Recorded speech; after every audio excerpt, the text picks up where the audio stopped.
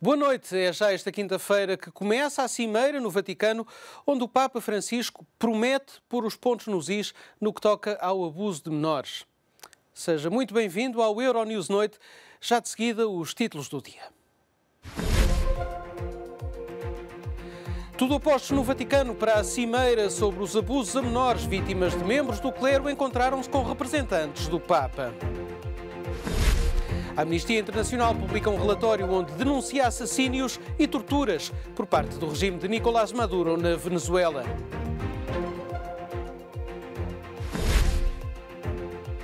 No discurso anual do Estado da Nação, Vladimir Putin dá recados aos Estados Unidos, promete responder à letra no que toca à escalada nuclear.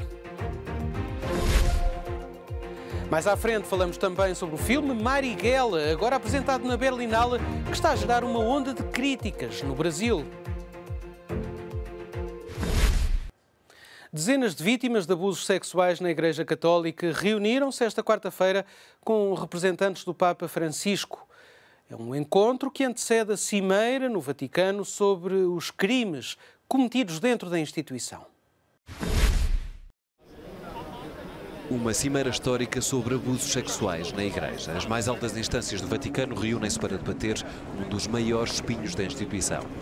Dezenas de vítimas reuniram-se na Praça de São Pedro e pediram tolerância zero para qualquer religioso que cometa um crime de abuso sexual. E encontraram-se com representantes do Papa Francisco.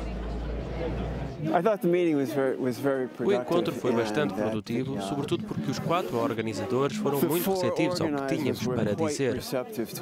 No caso, entreguei uma carta ao arcebispo Scicluna sobre como se pode promover a transparência e, para minha satisfação, foi muito receptiva à minha mensagem. Much to my delight, he was very receptive to my message. Grande parte dos abusos ocorreu quando as vítimas eram muito jovens, por isso mesmo foram mostradas fotografias da época em que foram cometidos os crimes.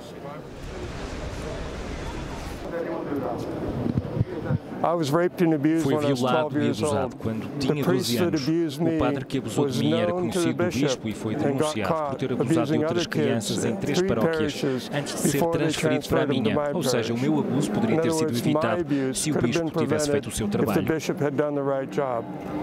E as histórias de abusos repetem-se, muitas vindas dos Estados Unidos.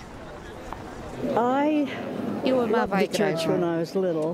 Era pequena, tinha 7 anos quando fui violada pelo padre da paróquia. Nesse momento fiquei destruída. A minha infância ficou no chão da casa de banho. A primeira denúncia foi feita em 1947 e o padre continuou a violar outras crianças durante quase 4 décadas. É inconcebível. É isso que queremos parar. A poucas horas do arranque da Cimeira inédita foi revelado que só no ano passado o Vaticano recebeu cerca de 900 denúncias por abusos sexuais praticados pelo clero, um número que quase duplica o das queixas recebidas anualmente na última década. Esta cimeira coincide com o lançamento mundial de um livro que promete abalar os alicerces do Vaticano.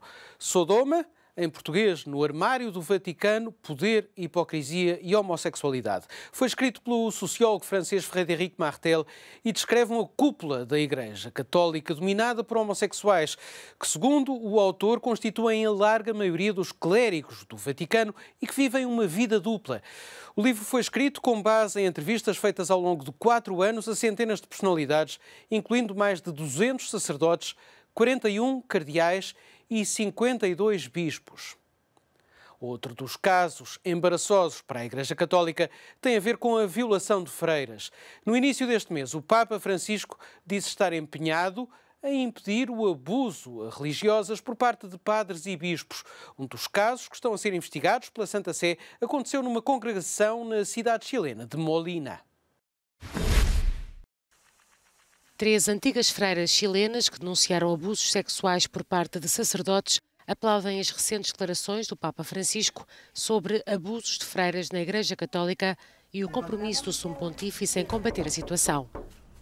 Os casos têm mais de 20 anos, aconteceram na Congregação das Irmãs do Bom Samaritano e estão a ser investigados pelo Vaticano. Não é normal um padre aproximar-se de uma freira e abraçá-la por trás, colocar as mãos para trás e apalpá-la de cima a baixo e depois tocar no seu peito.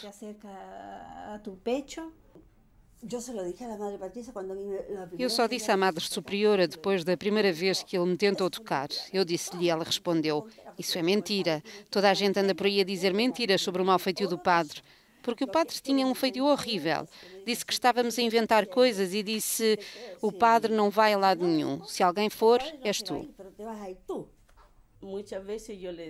Contei muitas vezes à Madre Superiora sobre o padre ou os padres.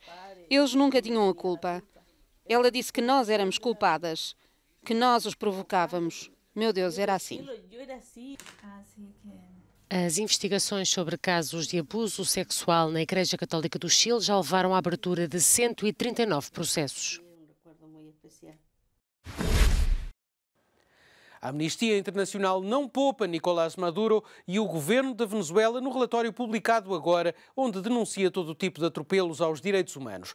Execuções sumárias e centenas de detenções arbitrárias são algumas das acusações. As forças de segurança da Venezuela, lideradas por Nicolás Maduro, estão a recorrer ao uso da força excessiva, a execuções e detenções arbitrárias para reprimir os protestos que ocorrem no país. A denúncia foi feita esta quarta-feira pela Amnistia Internacional.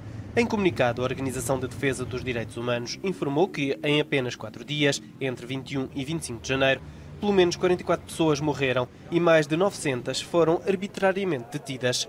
A Amnistia Internacional dá conta que os direitos humanos têm vindo a ser violados nos últimos anos na Venezuela devido à escassez de alimentos, medicamentos, violência e repressão política. A organização constatou que há uma presença muito forte de grupos armados apoiantes de Maduro nas zonas mais pobres do país, onde as pessoas dependem dos programas de ajuda do Estado para sobreviver. A Amnistia Internacional pede ao Conselho dos Direitos Humanos da ONU que tome medidas para combater a total impunidade que prevalece na Venezuela. Um discurso de esperança para a Rússia, um aviso para os Estados Unidos e para a União Europeia. Foi assim a intervenção anual de Vladimir Putin na Assembleia Federal. O presidente russo criticou os norte-americanos e garantiu que o país vai estar preparado para repostar contra uma ameaça externa, o que inclui uma escalada no armamento nuclear. Já para os parceiros europeus, Putin piscou o olho a uma pacificação das relações políticas e económicas. O discurso foi acompanhado pela correspondente da Euronews em Moscovo, Galina Palyonska. Vladimir Putin deixou avisos aos Estados Unidos e recados à União Europeia no discurso anual perante a Assembleia Federal da Rússia em Moscovo, o primeiro desde que foi reeleito em 2018 para mais 6 anos de mandato. No momento em que a economia do país se debate ainda com pesadas sanções internacionais, o presidente russo manifestou a expectativa da normalização da situação a curto prazo. Esperamos que sejam dados passos reais para a reconstrução da normal relação política e económica do lado da União Europeia e dos principais países europeus. Os cidadãos desses países estão interessados na cooperação com a Rússia, incluindo, é claro, as grandes e pequenas e médias empresas das nações europeias. A escalada de tensão com os Estados Unidos também não foi esquecida, com Putin a criticar a América pela saída do acordo sobre armas nucleares. O presidente russo foi mais longe e avisou Washington que a Rússia está pronta para qualquer ameaça. A Rússia será obrigada a criar e utilizar os tipos de armas que podem ser usadas não apenas contra os territórios dos quais a ameaça direta pode sair, mas também em relação aos territórios onde estão os centros de tomada de decisão para o uso de sistemas de mísseis que nos ameaçam. Na intervenção perante os membros da Assembleia Federal, Vladimir Putin frisou que a Rússia deve prosseguir o desenvolvimento económico, social, tecnológico e militar. Apesar das medidas anunciadas, o presidente russo garantiu que o país não tem qualquer desejo de um confronto mundial. A maioria dos países da União Europeia tem níveis significativos de pobreza energética. Segundo um estudo divulgado agora, o problema é especialmente visível no sudeste da Europa. Portugal está entre os países onde a situação é mais alarmante. A capacidade das famílias para manter as casas com temperaturas confortáveis no inverno e no verão e para pagar as faturas. Este foi o ponto de partida para o estudo da Coligação para o Direito à Energia com base em dados da Comissão Europeia. O estudo revela que a maioria dos 28 Estados-membros não consegue garantir o aquecimento a todos os cidadãos durante o inverno. O problema verifica-se também em relação ao verão e tendo em conta o aumento gradual das temperaturas. Bulgária, Hungria e Eslováquia são os países com os piores resultados. Do lado contrário estão a Suécia, Finlândia e Dinamarca, o que mostra que as regiões mais frias da Europa são aquelas que conseguem manter as casas mais quentes. Portugal está classificado com um nível muito alto e é um dos piores países europeus no que diz respeito à pobreza energética. Os baixos rendimentos, a construção das casas sem isolamento e equipamentos pouco eficientes são algumas das razões apontadas para a classificação dos portugueses. Em França, o Senado denunciou falhas do governo de Emmanuel Macron no caso Benalla. Num relatório devastador, uma comissão de inquérito argumenta que a segurança do presidente foi afetada pelo excesso de confiança em relação ao antigo chefe de segurança do presidente. O Eliseu refuta as conclusões do documento. Alexandre Benalla, que saltou para as manchetes depois de filmado a agredir manifestantes usando meios da polícia, está detido e passou uma primeira noite atrás das grades. O governo de Emmanuel Macron denunciou esta quarta-feira muitas inverdades no relatório da Comissão de Inquérito do Senado sobre o caso que envolve Alexandre Benalla, o antigo guarda-costas do presidente. Um porta-voz do Eliseu afirmou que o executivo irá fornecer respostas factuais que irão rebater as muitas mentiras presentes no documento. Nous l'exerçons, nous, la représentation nationale, en leur nom.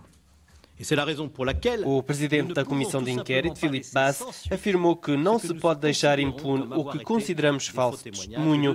Foram observados vários erros, irregularidades ou falhas, sanções insuficientes desde o início, a justiça mantida à distância, uma autorização de armas obtida ilegalmente, o porte de uma arma por Benalla na presença do Presidente da República, o incumprimento das regras relativas à ética em conflitos de interesse. Isso já equivale a muito, tanto que os factos estabelecidos no 1º de maio parecem agora ser a ponta do iceberg. Após 7 meses de investigação, as conclusões da Comissão de Inquérito do Senado são demolidoras e bastante críticas sobre a atuação da presidência. O caso Benalla foi desencadeado depois do antigo chefe de segurança de Emmanuel Macron ter sido afastado por agredir manifestantes durante o 1º de maio de 2018. Alexandre Benalla está em prisão preventiva desde terça-feira. No Reino Unido, o Partido Conservador vive dias agitados e perdeu agora 3 representantes no Parlamento. É mais uma fatura do Brexit e da liderança de Theresa May, uma vez que as 3 deputadas sempre se mostraram contra a saída da União Europeia. Quem sai a ganhar é o novo grupo independente que vai acolher as 3 dissidentes. O conturbado processo de saída do Reino Unido da União Europeia ditou a saída de 3 deputadas do Partido Conservador. Heidi Allen, Anna Soubry e Sarah Wollaston, todas a favor da permanência britânica no espaço comunitário, revoltaram-se contra a liderança de Theresa May. Para este trio, o partido sucumbiu à facção da direita mais eurocética do European Research Group, o ERG, considerado extremista do Brexit. Os conservadores sempre foram reconhecidos pela competência económica. Mas quando permitimos que o ministro diga que se lixem os negócios, uma primeira-ministra intimidada pelo ERG, que agora está a arrastar o país e o Parlamento aos gritos para o abismo de um não acordo, para mim chega. Eu quero fazer parte de algo melhor. Um partido em que as pessoas votam porque querem, não porque sentem que é necessário. O passo seguinte destas deputadas já foi dado. A adesão ao grupo independente no Parlamento, onde estão os 8 deputados que também se desfiliaram esta semana do Partido Trabalhista.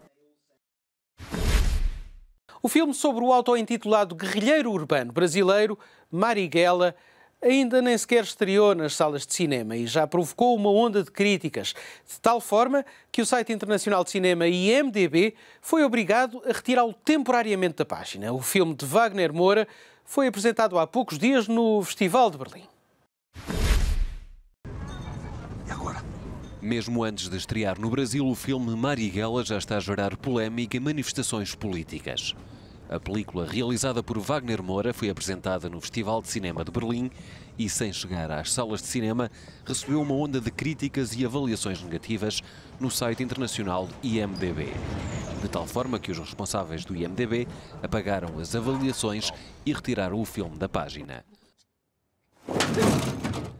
Marighella é um drama biográfico sobre o guerrilheiro de esquerda que organizou uma frente de ação armada contra o regime militar nos anos 60. Carlos Marighella foi morto numa emboscada em 1969. Mesmo não tendo sido intencional, até porque o filme começou a ser feito em 2012, foi estabelecido de imediato um paralelo com Marielle Franco, a vereadora e ativista que, 50 anos depois, foi morta a tiro num carro, provavelmente por agentes da polícia. A crítica, mesmo internacional, chegou a perguntar ao realizador se esta era uma reação ao caso de Marielle e à eleição de Jair Bolsonaro. Wagner Moura garantiu que não há qualquer tentativa de apelo à guerrilha e ao uso de armas. Moura diz apenas que há um apelo à liberdade. De qualquer forma, não perdeu a oportunidade de, em Berlim, homenagear Marielle Franco. E assim vai o mundo. Muito obrigado por ter estado connosco. Continua a acompanhar estas e outras notícias aqui na Euronews, no nosso site e nas redes sociais.